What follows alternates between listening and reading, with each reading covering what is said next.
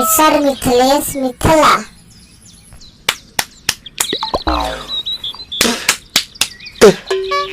ताए भैया ताहे लरुआल बारा का कहीं रे मन नहीं खेलागत। मन में ता हो दिल बा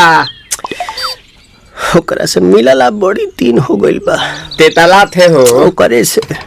ओ तला थे ते तला थे था था बतावन ना मल दे आ था बुद्ध दैनी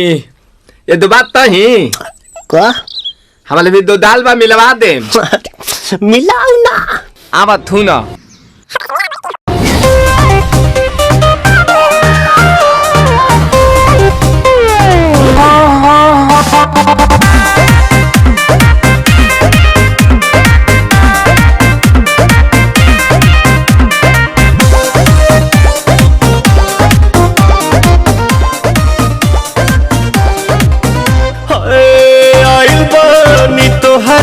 गलिया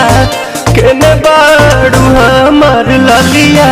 और देखो ना यारावा के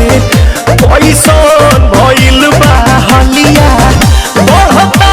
बेचैनी दादा मुश्किल भइल बा जीना ले लो पुदीना पुदीना लेला पुदीना लेला पुदीना लेला पुदीना भरिया के हसीना रे रबिया नायिका रे लूटा ना भैया तलाई माला तनी मार मार नितला ना नितला जल्दी नितला बहला हो नितला ना नितला जल्दी नितला बहला हो मिले थाती आइल तोहर दाँव के लाभला हो मिले थाती आइल तोहर साथ तो अब ता तली सोचा तानी बारह बाबा झट देखा रही तो सनो मामा से हमारा मिला नवा